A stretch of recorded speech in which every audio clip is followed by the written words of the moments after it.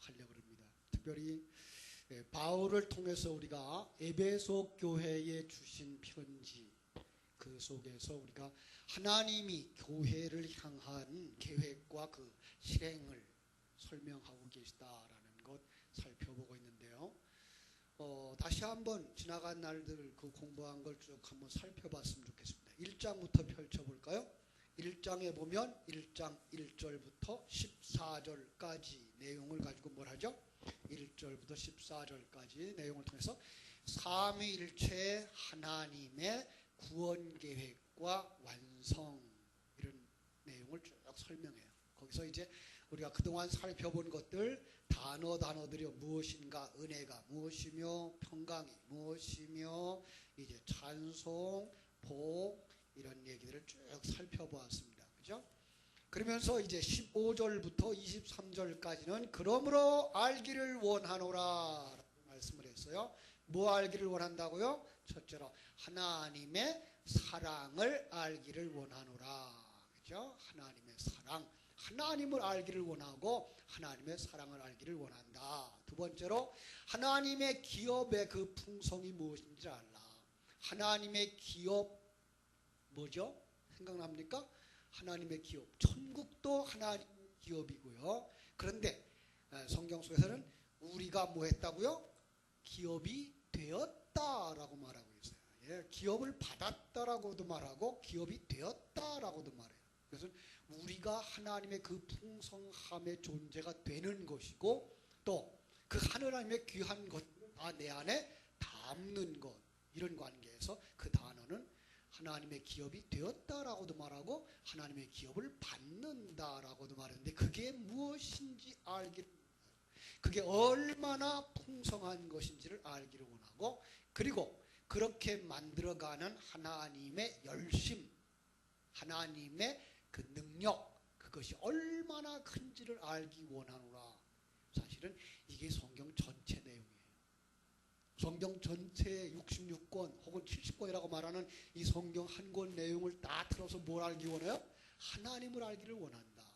그리고 너희가 하나님의 기업인데 너희가 누군지를 알기를 원한다. 너희들을 이렇게 기업으로 만들어 가시는 하나님의 그 열심, 하나님의 그 크신 능력, 그게 얼마나 큰 것인지를 알기를 원한다라고 말하는 거예요. 그러면서 이제 다시 2장으로 연결시켜서 2장에서 우리가 뭘 보죠? 그 하나님의 얼마나 크신 열심, 능력, 고집, 집념, 이걸 이제 보여주는 거죠. 그걸 어디다 보여줘요? 구원의 각도에서 보여주고 있는 거예요.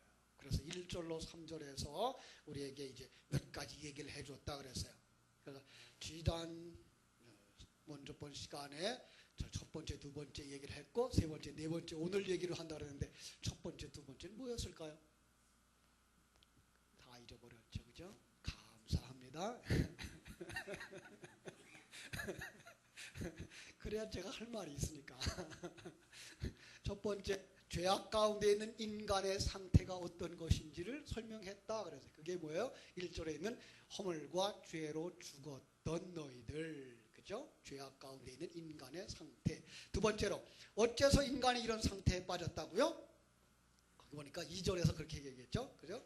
세상 풍조를 따르고 공중 권세 잡은 자를 따르는 자들, 그들에게 먹혔기 때문이다 라고 얘기를 했어요. 그래서 이제 오늘 여러분들에게 이러한 결과가 어떤 결과로 나을까, 이렇게 그냥 산다면, 이런 죄악의 상태며 사단에게 먹힌 상태라면 그 결과는 어떻게 될까, 그 얘기를 이제 세 번째로 해드릴 것이고, 마지막 그런 상태에서 하나님은 어떻게 우리를 이끌어갈 것인가를 비춰주면서 이제 네 번째까지 이제 끝날 거예요. 그죠? 자, 그래서 1절에서부터 3절까지의 내용 속에서 네 가지 찾아보자 그랬어요. 하나는 뭐예요? 죄악 가운데 있는 인간의 상태. 두 번째, 왜 이렇게 되었는가? 세 번째, 그 결과가 무엇인가? 네 번째, 그런 인간을 하나님은 어떻게 하실 것인가?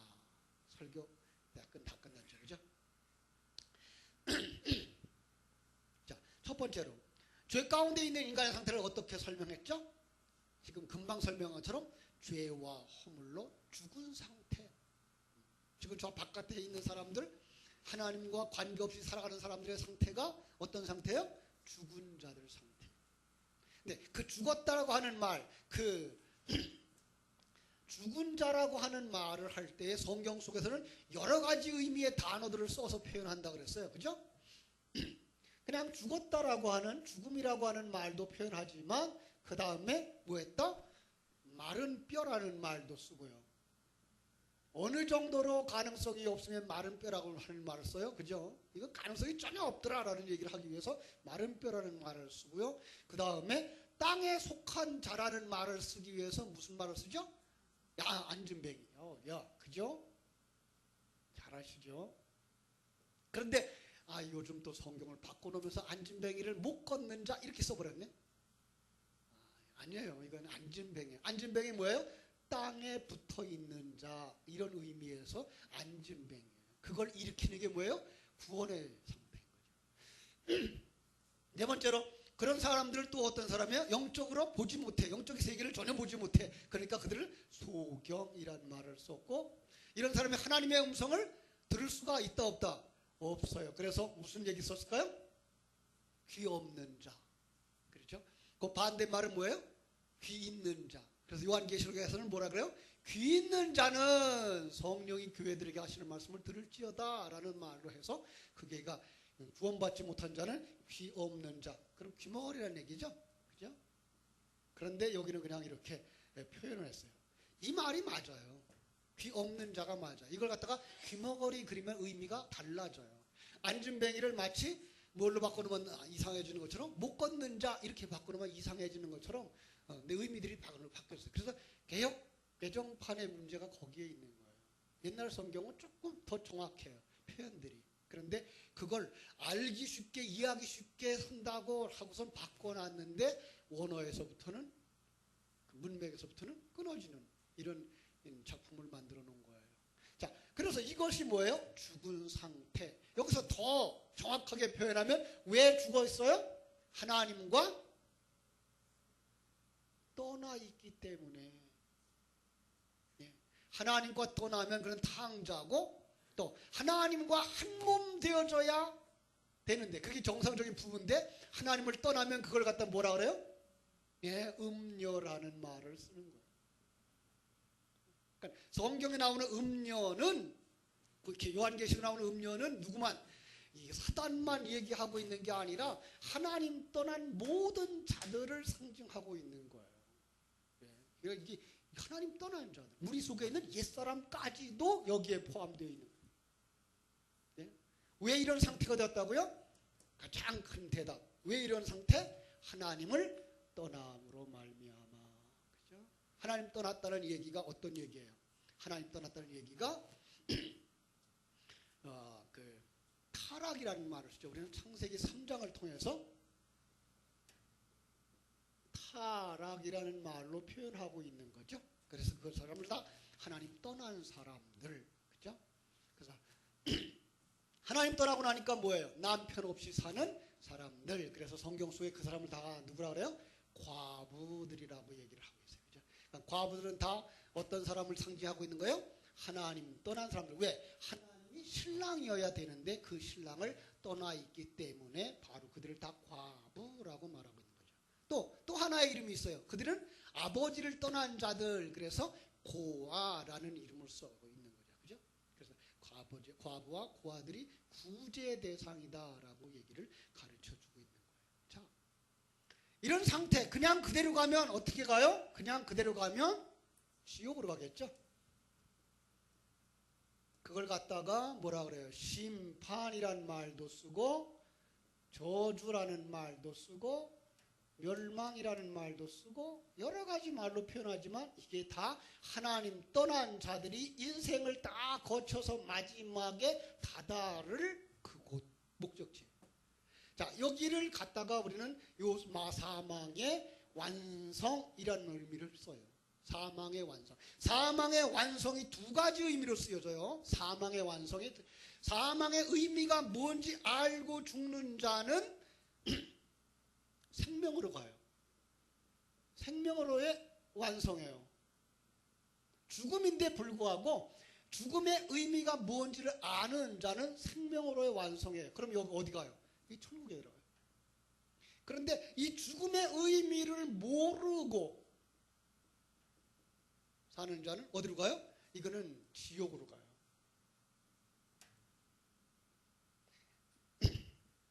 그래서 이 세상에서는 똑같은 죽음을 맞이해요. 그죠? 야, 이거 똑같은 의미를 가지고 설명을 하나 더 해드릴게요. 똑같은 의미 가지고 설명한다면, 이 죽음과 같이 이 세상 속에 살아가고 있는 많은 사람들이 똑같이 질병을 겪어요. 똑같이 실패를 겪어요. 그런데 이 질병과 실패의 이유를 알고 가는 사람은 그게 뭐예요? 합력하여 선을 이루시는 축복이고요. 질병과 그 실패의 의미를 모르고 당하는 질병과 실패는 뭐예요? 그건 저주예요. 예. 똑같은 상황이에요. 그래서 예수 믿는 성도도 감기 들고, 예수 믿지 않는 사람도 감기 들어요. 예수 믿는 사람도 중풍이 올 수 있고, 예수 믿지 않는 사람도 중풍이 올 수 있어요. 똑같은 병을 앓고 가요. 그죠? 더 극단적인 얘기로 하면, 예수 믿는 사람들도 치매가 올 수 있다 없다. 예, 그걸 저주라고 생각하지 마세요. 그 의미를 알고 가면 그것이 축복이에요. 예. 여러분, 그걸 예수 믿으면 그런 병 안 온다고 생각하지 마세요. 똑같이 와요. 이건 인간의 육체는 우리의 육체의 노화 현상에 따라서 어떤 결과로 갈 수밖에 없어요. 예. 그건 잘 가고 있는 거예요. 그러니까 연세 많아서 허리 꼬부라지는 거 잘 가고 있는 거예요. 예. 기억력이 쇠퇴해지고, 예. 체력이 다해져 가는 거, 이건 나쁜 거 아니에요. 여러분, 그걸 나쁘다고 생각해서 연세 드신 분들이 자꾸만 자기를 감춰. 예. 그리고 포장을 하려고 그러죠. 자기가 이런 부분이 있는 걸 안 보여주려고 그래.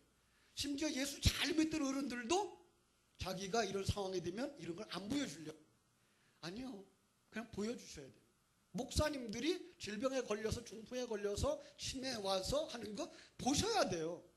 아, 그래야 인간은 저렇게 약한 거구나로 가는 거예요. 그런데도 불구하고 하나님이 저를 쓰셨구나, 이리로 가셔야 되는 거예요. 그게 영광이에요. 인간은 그렇게 무기력한 존재인데 하나님의 영이 함께 하시면 생명이 있고, 하나님의 힘이 함께 하시면 능력이 있고, 하나님 붙들어 도구로 쓰면 쓰임 받는 거구나, 이렇게 가셔야 그게 쓰시고 있는, 이런 사람도 쓰고 있는 그 하나님이 위대해지는 것이기 때문에 이게 영광인 거지.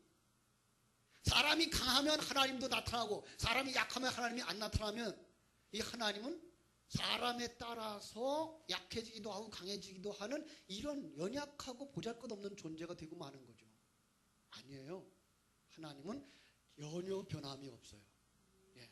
그리고 모든 것 위에 뛰어나신 신이에요. 그런데 그 속에 인간을 들어 쓰심으로 말미암아 그렇게 연약하고 그렇게 보잘것없는 자도 붙들어 쓰시니까 뭐예요? 예. 지팡이를 통해서 홍해를 가르는 것처럼 하나님이 일을 하시는구나, 이렇게 보셔야 역사를 제대로 보시는 거예요. 예?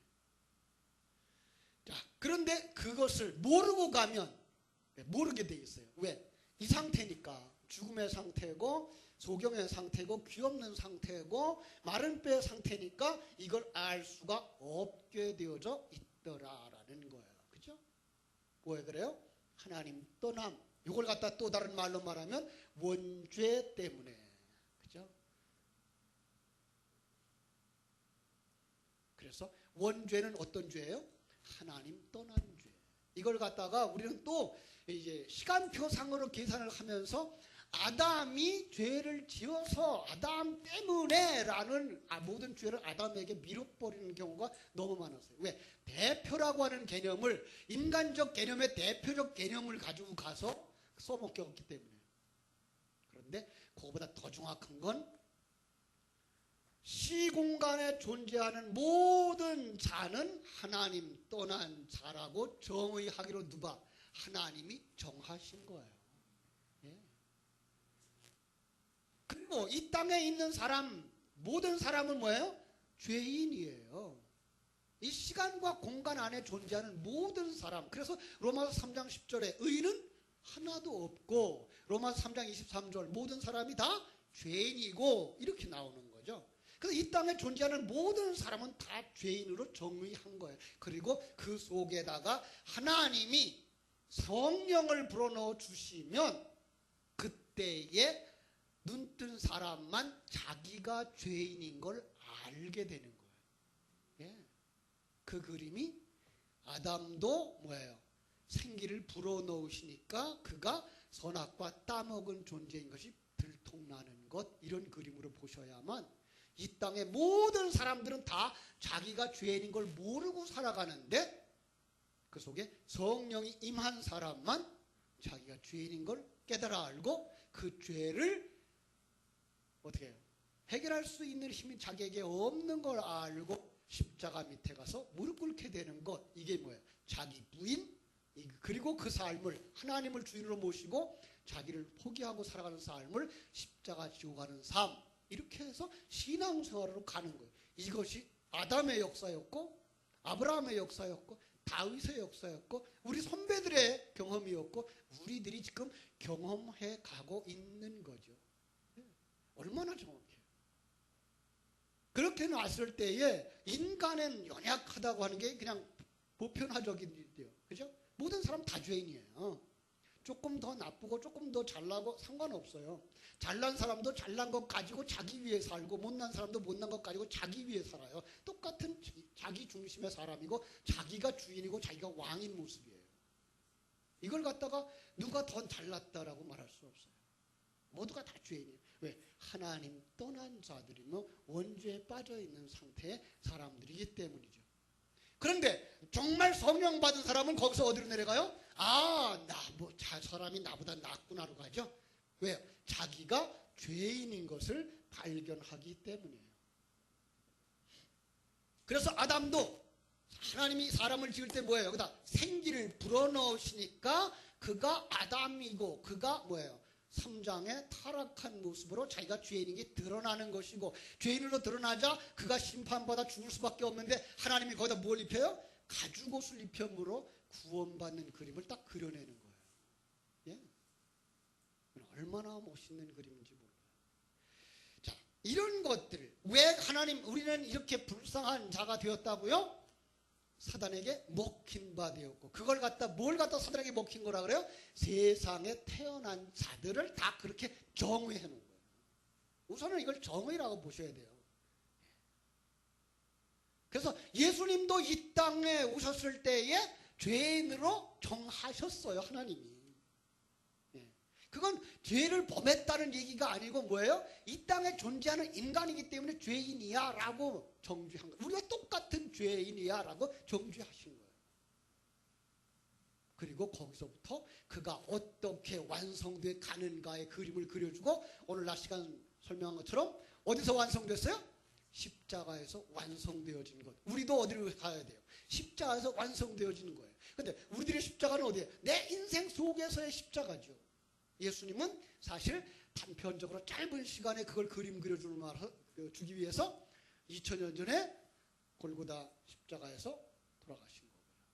그런데 이것도 우리는 뭘로 보기로 시작했어요? 이거는 창세전 하나님이 우리 모두를 안고 역사 속의 모든 인생을 안고 십자가에서 죽어주신 그 죽음으로 보기 시작했고 이미 거기서 예수님은 부활하셨고 우리와 함께 부활해서 완성된 것이고 어디에서? 영의 세계에서 완성된 것이고 그리스도의 영이 이 시간과 공간 속에 있는 우리 속에 뚫고 들어와 우리를 십자가 지고 가는 삶을 살게 하시는 것.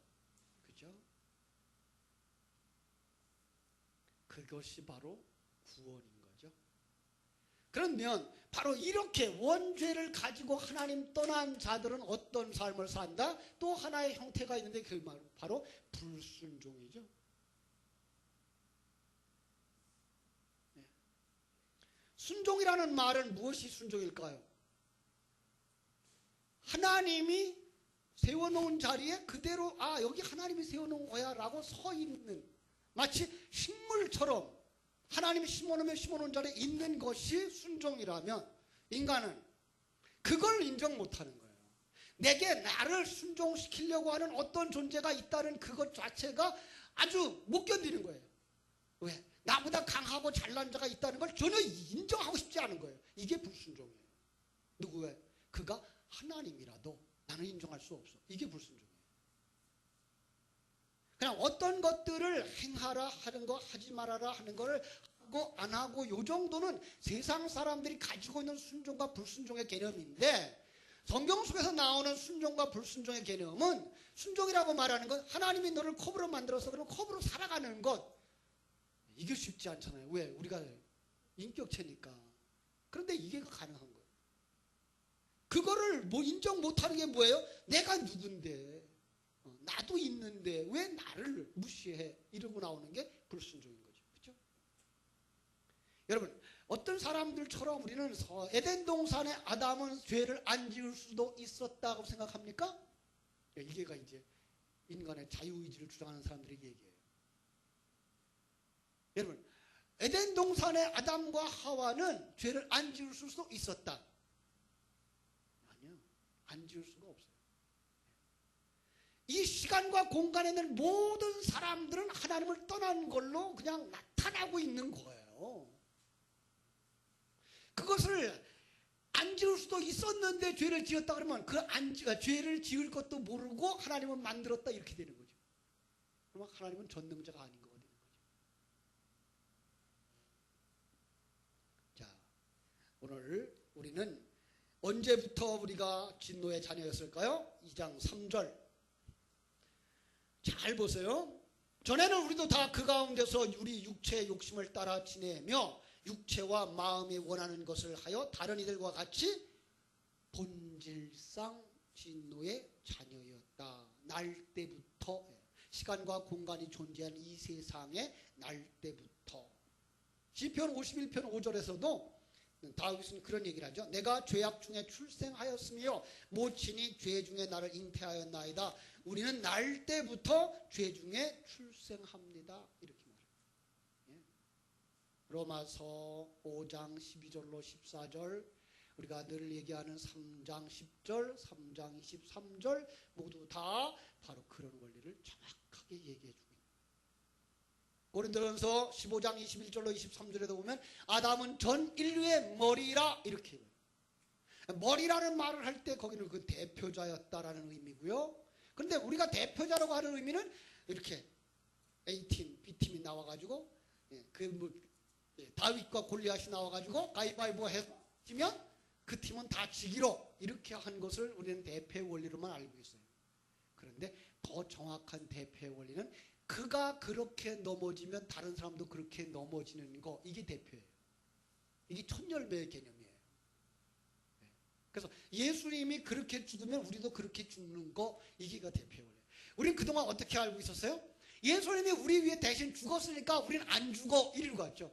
예수님이 저주를 받았으니까 우리는 저주를 안 받아, 이렇게 갔죠. 아니에요. 예수님이 그런 저주를 받으면 우리도 뭐예요? 그 저주로 가는 거예요. 물론 이것은 완전하진 않아요. 왜냐하면 그분은 중보자의 개념을 가지고 오셨던 분이고 우리는 죄에서부터 벗어나는 개념을 가지고 가기 때문에 완전히 일치하지는 않지만 외형적으로 볼 때에 바로 주님이 가신 그 길을 우리는 따라갈 수밖에 없게 되어져 있다는 거죠. 그죠? 그래서 불순종이라고 하는 건 자기에게 순종해야 하는 어떤 대상이 있는 것을 못 견디는 자기가 왕된 자들의 그 또 다른 표현이 불순종인 거죠. 그렇죠? 여러분, 가지 못하게 할 땐 가지 않는 것이 행복한 거예요. 요즘은 배가 엄청 크죠. 그죠? 그래서 이게 해양을 건너가는 배들은 뭐 어마어마하게 크죠. 이쪽에서 저쪽이 보통 축구장이 몇 개 정도 이렇게 된다 그래요. 그리고 엄청 커요. 그래도 한참 가다 보면 뭐가 있어야 돼요? 예, 이렇게 벽이 있어야 돼요. 그리고 그 벽을 못 넘어가야만 살죠. 이거 왜 막아놨어? 뚫고 지나가면 어떻게 될까? 죽는 거죠. 마찬가지예요. 하나님은 우리에게 마땅히 우리가 지켜야 할 어떤 선과 경계선을 주셨어요. 그런데 그걸 넘어서려고 하는 어리석은 자, 바다에 빠져 죽는 것처럼 그는 자기 욕심에 죽는 거예요. 그걸 갖다가 타락이라는 말을 쓰는 거예요. 그죠? 그래서 3절에 이렇게 말했어요. 우리도 다 그 가운데서 우리 육체의 욕심을 따라, 여기 육체 동그라미 치시고요. 육체와 마음에 원하는 것을 하여 다른 일과 같이 본질상 진노의 자녀였다. 여기 육체라는 말이 나와요. 자, 성경 속에 육체라는 말을 여러 가지로 사용하는데요. 아마 한 두 가지로만 제가 설명을 해볼게요. 하나는 죄의 상태에 있는 인간의 본성, 이걸 갖다가 육체라는 말을 써요. 죄 가운데 있는 사람. 자, 죄 가운데 있는 사람은 어떤 사람이에요? 하나님 떠난 사람. 그러니까 하나님의 생명이 없는 사람을 뭐라 그래요? 육체란 말로 쓰는 거예요. 그죠? 갈라디아서 5장 17절에 보면 육체의 소욕은 성령을 거스리고 성령의 소욕은 육체를 거스리나니 이 둘이 더 서로 대적하므로 너희의 원하는 것을 하지 못하게 하려 함이니라. 성령의 능력, 감동, 역사를 거스르는 인간, 또 다른 말로 말하면 그게 누구예요? 사단. 그죠? 그러니까 하나님의 계획, 하나님의 그 인도하심을 거스르는 것, 그건 육체이고, 그걸 또 다른 말로 말하면 사단. 그래서 베드로가 예수님의 그 계획을 가로막을 때 뭐라 했어요? 예수님이 사단이라고 말을 한 거죠. 그죠? 그러니까 우리는 사단은 어디만 있다고 생각해요? 저 공동묘지. 그죠? 내 밖에 나를 괴롭히는 어떤 사람. 그런데 사단은 바로 베드로 속에도 있었어요. 그죠? 내 속에도 있어요. 왜? 하나님의 뜻을 거역해서 내가 왕으로 내려가는 걸 싫어하고 내가 주인 되려고 하는 거. 그 순간 내 속에 뭐가 드러나는 거예요? 사단의 속성이 드러나는 거죠. 그죠? 자, 두 번째로 성경이라고 하는 거, 육체라고 하는 거는 죄 가운데 있는 사람의 몸과 본성의 동물적 지체. 그러니까 죄 가운데 있는 사람의 선정적이고 감성적인 지체를 가리킬 때도 이 육체라는 말을 썼어요. 그죠? 그래서 보편적인 죄인 된 육체는 몸과 하는 일이 다 자기 마음대로 하는 거 이렇게 돼 있어요. 그죠? 그걸 갖다가 탐욕이란 말로도 쓰고요. 자, 여러분, 그런데 인간 속에 육체적인 것 본성, 여기가 다 나쁜 건가요? 즐거움, 육체 즐거움, 육체 욕구, 식욕, 나쁜 건가요? 아니요. 그건 정상적인 거예요. 그런데 우린 그걸 뭐예요? 정상적으로 쓰질 않고 과욕으로 쓸 때 그걸 갖다가 죄라고 말하게 되어져 있는 거죠. 그죠? 즐거움도 마찬가지예요. 즐거움, 우리로 하여금 천국을 알게 하기 위해서 주신 어떤 거예요. 그런데 그걸 갖다가 그것만 추구하는, 쾌락만 추구하면 그것이 죄되는 거죠. 그죠? 자, 오늘 많은 사람들은 행복을 느끼면서 살까요? 불행을 느끼면서 살까요? 왜 불행할까요? 왜 불행할까요? 원인을 쭉 나열하면 여기서부터 이제 가겠습니다만은 그냥 간단하게 말하면 행복에다가 목적을 두고 살기 때문에 불행한 거예요. 왜요? 우리가 인간이 만들어내고자 하는 행복이라는 건 인간에게 주어지지 않기 때문이에요. 예. 결혼, 예를 들면 결혼의 목적이 많은 사람들이 얘기하는 것처럼 행복이라고 생각을 해요. 여러분, 결혼의 목적이 행복이라고 생각하면서 그 행복을 어떻게 하면 행복해져요? 저 사람이 나를 조금만 더 도와주면 내가 행복할 텐데로 가요. 그런데 하나님이 가정을 주신 목적은 뭘까요? 행복일까요? 하나님이 여러분에게 가정을 주신 것은 이 세상에서 영원히 행복하게 잘 살라고 가정을 주셨을까요? 아니에요. 그 가정을 통해서 뭘 발견하라고? 영적 세계를 발견하라고. 그 영적 세계를 발견하면서 그 속에서 아내의 역할, 남편의 역할을 다 감당해서 지켜내라고 하는 책임과 순종을 배우라고 주신 장소가 가정이에요. 예. 근데 우리는 너무나 이걸 생각해보지 못했고 행복은 무엇이 행복이에요? 그냥 나만 좋으면 행복. 그리고 저 사람이 있어서 내가 조금 더 나아지고 조금 더 좋아지고 조금 더 편해지면 그걸 행복이라고 생각하고 살아왔어요. 그러면 사실은 한쪽에서는 어떻게 되겠어요? 한쪽은 항상 손해를 받겠죠. 그러면 행복은 아니잖아요. 그런데 성경은 우리에게 진정한 가정의 목표를 뭐에다 둔다고요? 하나님의 명령에 대한 책임 그리고 순종. 예. 그러니까 좋은 가정을 이루려고 그러면 나를 행복해 줄 수 있는 사람 찾기보다는 어떤 사람 찾아야 돼요? 자기의 책임감을 가지고 이 자기의 일을 이끌어갈 수 있는 사람의 그 책임성이 있음을 봐야 되는 거죠. 그렇죠? 바로 그런 부분이에요. 똑같아요. 하나님께서 우리 가정, 교회 똑같은 역할들을 다 맡겨주셨어요. 그 속에서 뭐예요? 자기의 책임을 다할 수 있어야 돼요. 그리고 그 하나님이 맡겨주신 명령에 순종할 수 있어야 돼요. 그래서 가정 속에서 남편은 누구의 역할을 해야 돼요? 예수님의 역할을 하면서, 그죠?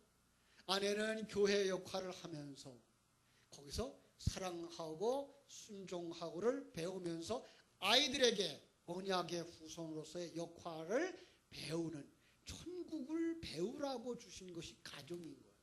그죠? 그래서 우리는 가정 속에서 여자분들이 정말 감독 역할을 잘해야 돼요.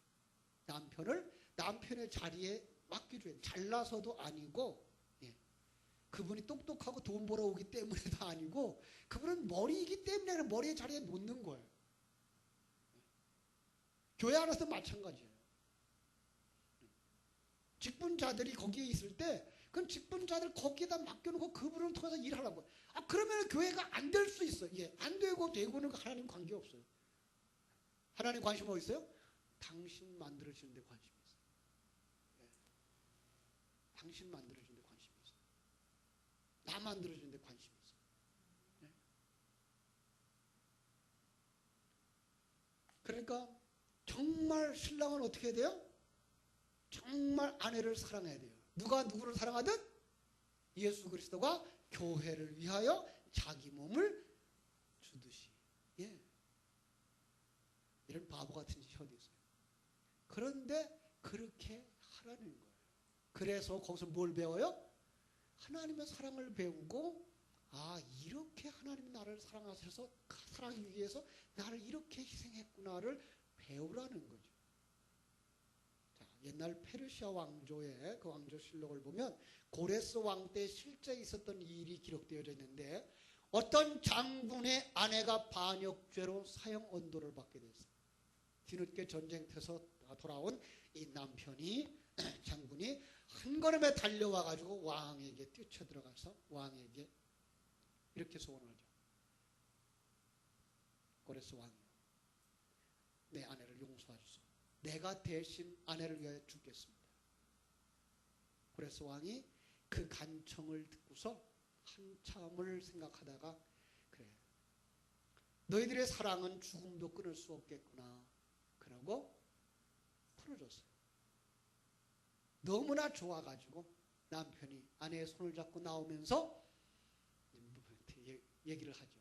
당신 그 왕이 우리를 풀어줄 때 그 왕의 자비한 눈길을 보았어? 그랬더니 여자가 뭐라고 대답할게요? 숙제.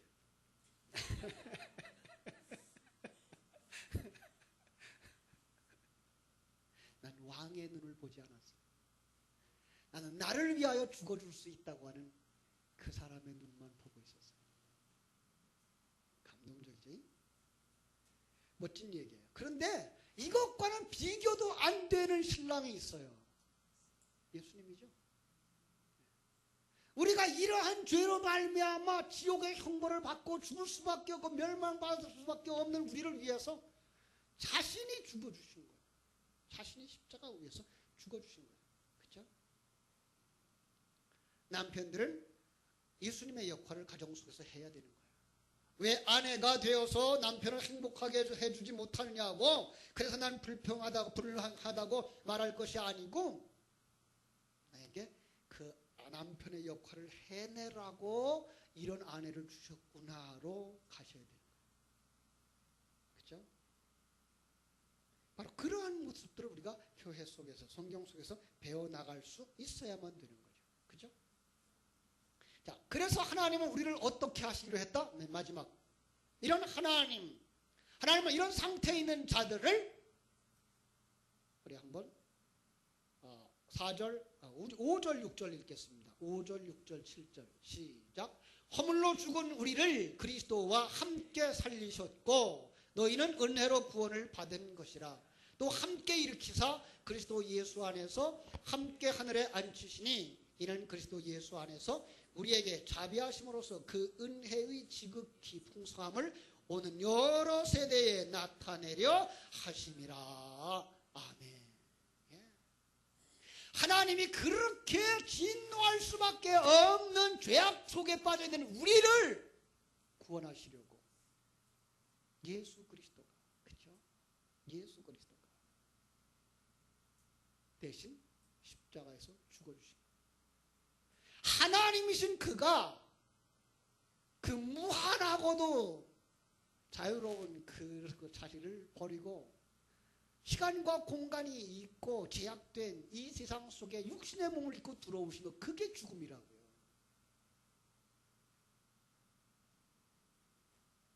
여러분, 사자의 다리가 부러졌다. 사자겠어요?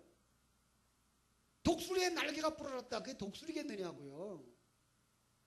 하나님이 그 자유로우신 그 하나님이 그 자유를 버리고 시간과 공간이 없는 세계를 버리고 시간과 공간이 있는 감옥 같은 인간의 구속된 몸을 입고 이 땅에 오신 것, 그 자체가 죽음이라고요. 그럼 예수님의 부활은 뭐예요? 그런 몸을 입고 있던 이 땅에서부터 영의 세계로 돌아가시는 게 예수님의 부활이에요. 그런데 그 얘기를 똑같이 하시면서 너희가 세상의 빛이라고 말씀하는 거예요. 너희도 영의 세계에서는 이미 뭐예요? 완성되어진 시간과 공간의 제한을 받지 아니하는 하나님의 자녀들 빛이다. 얼마나 놀라운 선포예요. 이걸 가진 자들, 이게 우리예요.